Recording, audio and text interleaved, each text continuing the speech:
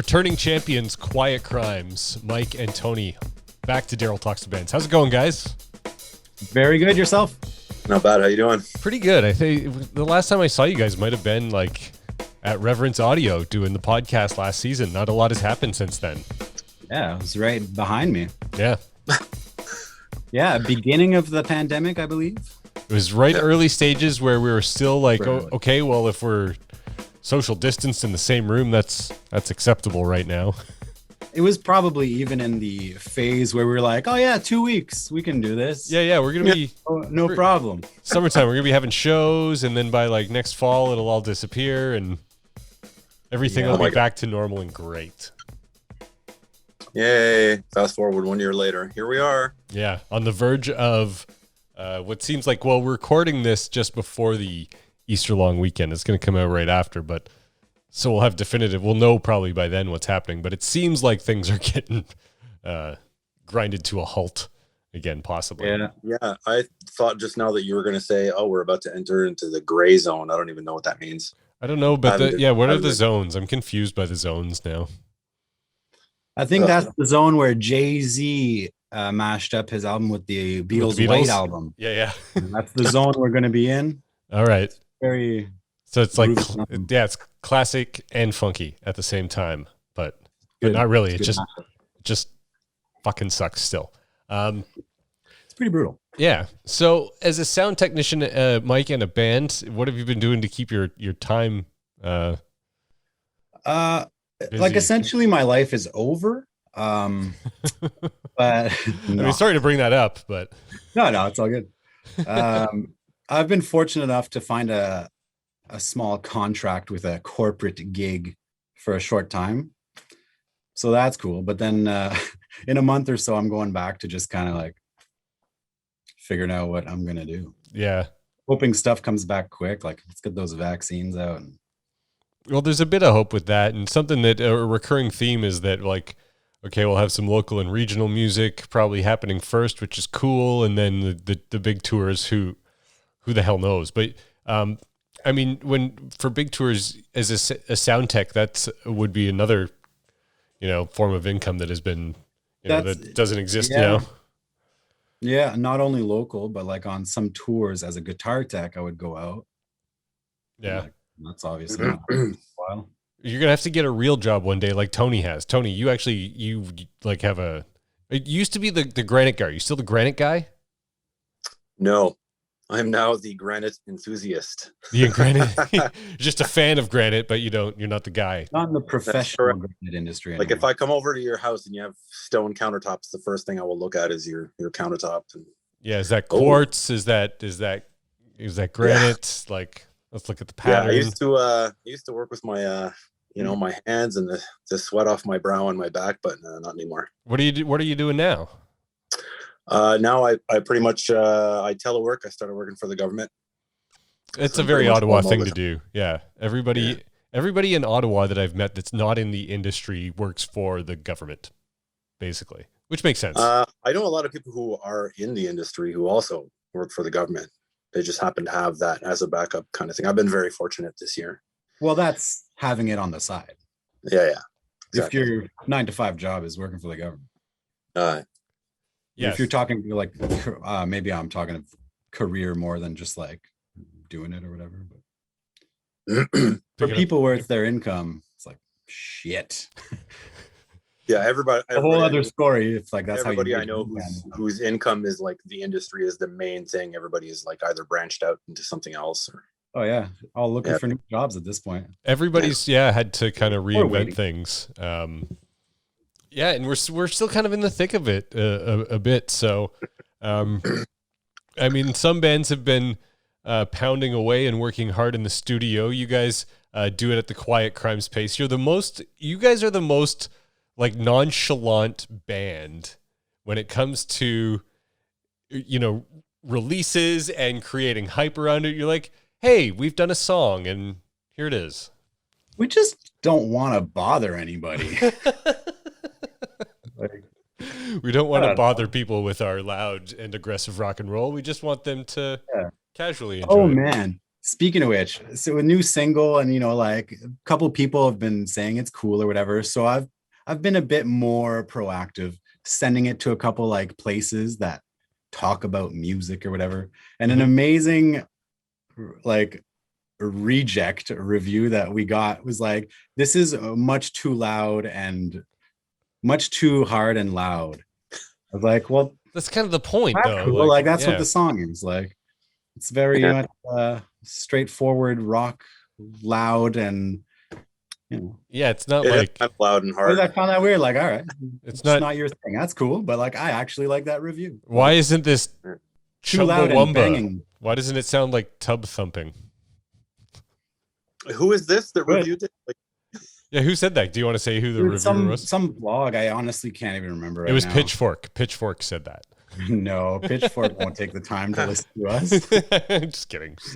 But I did see that you guys, you had shared that you got picked up on a music blog over in the UK. Yeah, the UK seems to dig us. And the last band Tony and I used to play in, Black Oak Decline, which was like much heavier and weirder. A lot of like UK blogs would like dig it.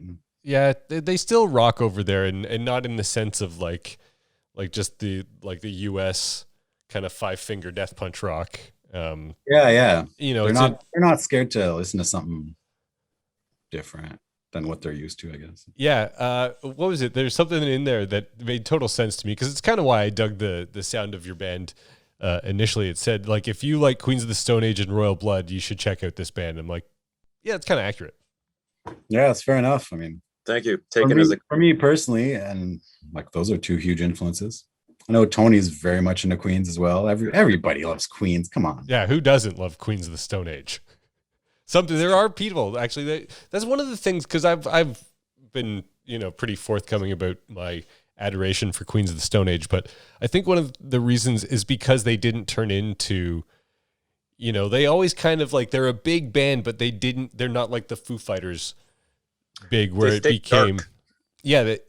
Yeah, even when they didn't stay as heavy, they stayed dark. That's a good way to describe it. Yeah, it's just like they're different, like their songs can't reach as far as Foo Fighters. Like Foo Fighters is a lot more easy to digest nowadays, let's say. Yeah, it's a dad band. Totally. Kind of is. We're on our way. We'll get there. So tell me a bit about the new tune. It is called Calling It Home. And in this song, you say the band's name in the chorus, which is really kind of a hip hop thing. You don't hear. Oh yeah, it is. Like you never hear say it was lame. I was like, I know it's not lame. I'm not saying that it's lame. It's something that I noticed, because you don't hear like. You never heard Kenny Rogers say like, yo, it's Kenny Rogers and you got to know when to hold him. It's just. Maybe he should have. He totally should have. So the deal with that. So that song is like almost 3 years old at this point. So it must predate the band then. Very close. The name very of the band. Close. Yeah, it's a weird one of those like Black Sabbath things where it's like, what's up with this song called Black Sabbath? And it's Bad like, Company, yeah. Well, the chicken or the egg, I don't know, man. But yeah, basically in a super typical Mike fashion, I really wanted to change the lyrics, and I just can't. I don't know. I can't come up with that. Yeah, it just didn't happen, and I just stopped caring. Like, you know what? Like, whatever. They're just words, and they have a meaning in that sentence, to me or whatever. And those words happen to have ended up being the band name. Like, I don't know. And yeah, it was a weird thing where I was like, well, that's odd. The chorus has the fucking band name. Oh, I'm sorry. I just swore. That's okay. You can swear. Yeah, it's cool. But it's not like you're like, yo, hyping up the band, It's not like I'm in the background like singing it like Quiet Crimes or something lame like that, Yeah. Yeah, that would it is what it is. And I was just like, whatever. I'm tired of analyzing stuff too much, and it's just gonna go out there. All right. Well, let's play the song, and then we'll come back and talk more about why you said certain things in the song. Sounds good.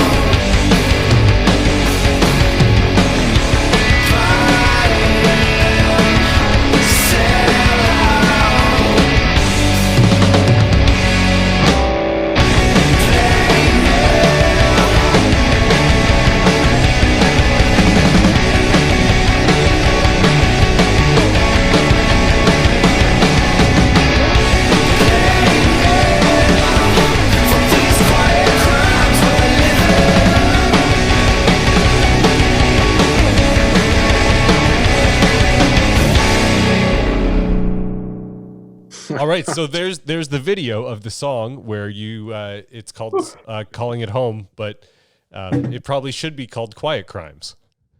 I actually just played that live now. Let's not kid ourselves. Okay, that's very impressive then. I mean, you are in a full recording studio, so you have the tools at your hands. Very high quality green screen I've acquired. I don't have that Zoom backdrop. I'll have to download the new plugins. I'll send you a JPEG. All right, there you go. That's all it is. Yeah, it's just a JPEG. So you don't want to talk about the song? Okay. Whatever you want, man. If you got a question, go for it. Well, you had the guitar. I thought you were maybe going to play something for us. I just played the song. Oh, okay. Oh, right. I'm ruining our own illusion now. Just the worst joke in the world, and it's quite all right. Okay. You're not the only ones though, because the guys from Seville, and they just put out a song, and I was talking to Cliff, and he told a story, something similar about a song that was called Civilian or something, and then it ended up being the name of the band. So I think maybe this is a common thing. Oh, yeah. Nice. It could be, yeah. So especially like it's an old band that uses like that in a song, and then like the new band becomes like, let's take that. Yeah, because that idea we were already working or whatever. Bands re-release songs, things get retooled, and all sorts of. I mean, make the all most. The time. Yeah, for sure, man. Why not? Absolutely. How did you guys record then? I mean, you're a 3-piece band. You're a bubble band. You do it together. He writes and records and produces it all, and Chris and I play live, and we jam together and stuff like that. So there's that unit part. We've jammed a few times in the summer, and in the fall they shut everything down again, and so we've been relegated to our living units. And I have a jam space where I practice my stuff. I practice Quiet Crime stuff, but generally, as far as writing and recording and production, that's all Mike. Okay, I didn't realize I guess the cat's out of the bag now after a few years. Is that's the way it's always been done? Yeah. It started off as just my own like little recording project. Okay, and then from the old band we were in, Black Oak Decline, I just like showed them like some songs, and they were like, "Hey, why don't we start playing this stuff?" It's like, okay, yeah. You see what I mean? Awesome. Like that's it. Quiet Crimes is the most nonchalant band. It's like, hey, why don't we just start playing stuff? And it's like, okay. It's well, I mean, listen, Mike and I have to be a big deal, man. Yeah, Mike and I have known each other for years, and we did the same thing practically with Black Oak, and it's okay, man. I've been in band situations where the creative process is everybody, and it just takes forever sometimes to write songs. Sometimes songs come together in 5 minutes, but sometimes it takes the whole band weeks, and it's painstaking and stuff like that. In this instance, it's way better. You know, Mike presents us with songs, he sends them to us, we learn them, we play them. Eventually we all figure out how to play them together. As you know, he gives me drum parts and I play them as me. So I take a little off, I put a little on, and that's how that works. So when you're saying he sends you stuff, are you actually like, do you write music or you just send a recording? Like, here's what it sounds like. He sends me like rough tracks, and then we learn them, and then tweaks happen as we practice. Yeah. I think it's way better and more efficient that way. Do you think that everything is going to be... Man, I wish you expressed this to me before, you know? I was saving it for tonight. Jesus. Well, it's great. I'm loving it. You just need a middleman in the band. It's like it's band therapy. You're like the therapist, man. Exactly. There we go. That's where I was going with it too. Okay, guys, I'm listening right now, man. Yeah. Do you think that everything is going to be that way, though? That people are just going to be like, well, you know, we don't really need to have these buildings and offices and places where people go to anymore because they're really expensive, and it's just as efficient to do it from home. Depends who you're talking about. I mean, musicians are doing it. I think everybody's doing it now. Yeah, I think it's a huge eye opener. Yeah. Real estate owners are going to be big losers. People who own big buildings and rent them out to companies, etc. They're going to be big losers. For sure. There could be some really cheap jam spaces coming up in the... That's what I was joking about with my my brother recently. We were talking about like some office buildings, like what's going to happen with them. I was like, I'm willing to bet money we're going to have a lot more jam spaces. You know what? Maybe I'll get a studio like downtown or something, and you know, people could just walk into their separate booths. We could be together, but like behind plexiglass, like we're having a jail conversation, but still kind of face to face in what used to be like a candy store or something. That sounds like fun. That sounds like a decent plan. I'm used to jail conversations. We're setting goals here in the middle of the podcast, so that's good. Not just for the band, but for the podcast as well. Like here, we're aiming for things. You got to aim. Big picture thinking. Aside from brainstorming wonderful ideas, is there anything interesting that you got into during the pandemic that you might not have done otherwise? No. Nope. Only got day drunk a whole lot. Getting day drunk outside of summertime. Okay, well, there's something. I got night drunk, so it balances out. Yeah.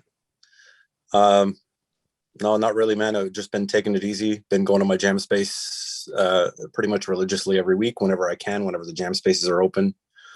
Otherwise, just, staying in because everything's closed.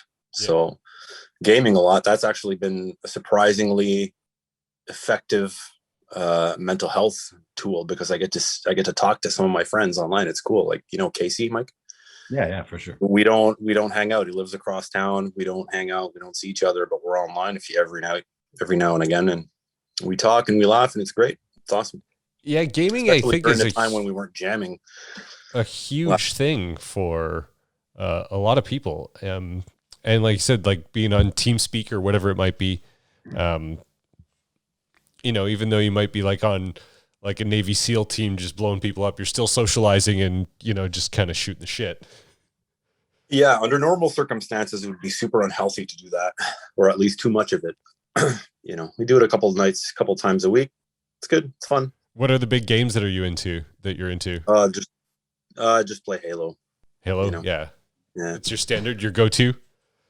Yeah, pretty much. And I didn't for months and months and months and months and months. I didn't play, and then I just picked it up again, and I was like, "Oh, let's do it." Yeah, I resurrected. I suspect it's going to go away when life goes back to normal.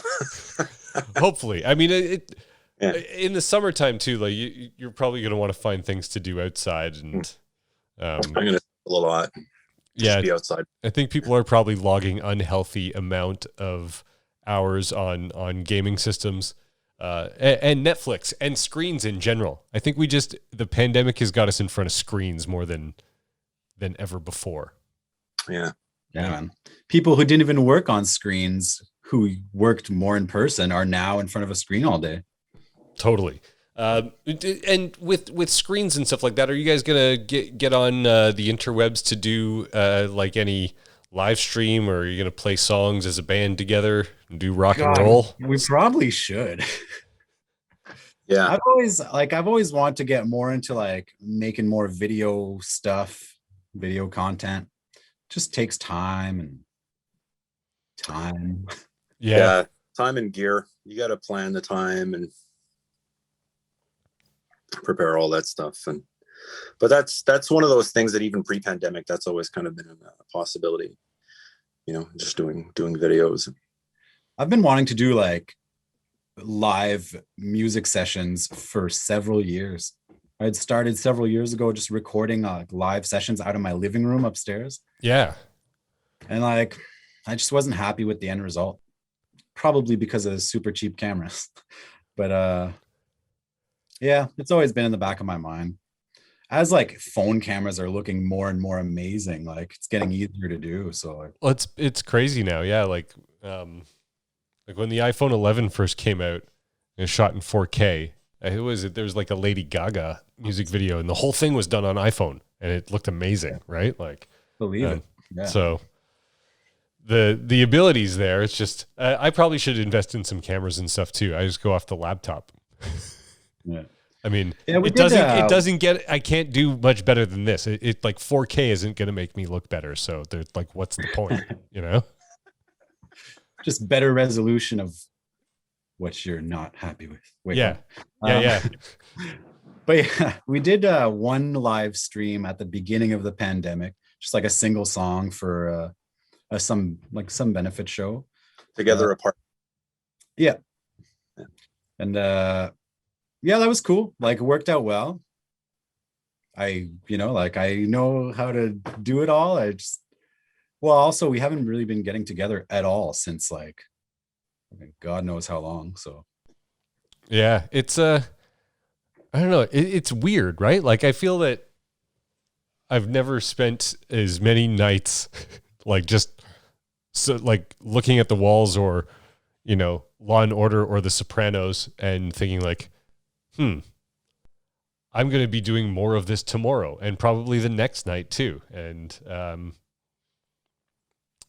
yeah, it's not so rad. Yeah. Well, time to like learn some new stuff, pick up some new hobbies. Yeah. This has been a totally uplifting podcast. Turn it up.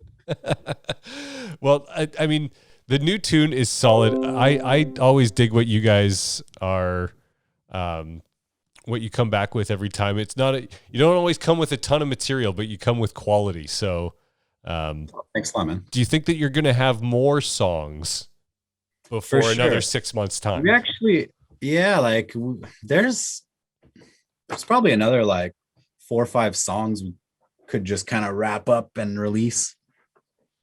I'm just never happy with them. And then eventually it gets to a point where I'm like, just put it out. And then they get put out. That's my terrible, terrible process. All right. Well, whatever works for you, Mike. That's and for Tony and for Christian who could make it tonight. Yeah, he had explosive. He's having his toenails done. Okay. Yeah, or that. Yeah. Both at once, actually. He has the strongest opinions in the band, I feel like. You noticed. I did, yeah. It's a bit more intense than you guys. It happens. We can be intense. So we're just choosing not to be right now. All right. I haven't gone camping in a while, though. Maybe for appearance number 3, we'll get all fired up beforehand, and I don't know what that means, but but we'll do it. Yeah, and hopefully it'll be in person, and we'll give each other high fives and stuff. Oh God, I hope so. Yeah, man. All right. Thanks so much, guys, for coming back on the podcast and digging the new tune. Call it home, Quiet Crimes. Get out there, check it out, and hope to see you guys in person at some point soon. No problem. Thanks so much, man. Word. Thanks for having us. Cheers, everyone. Take care.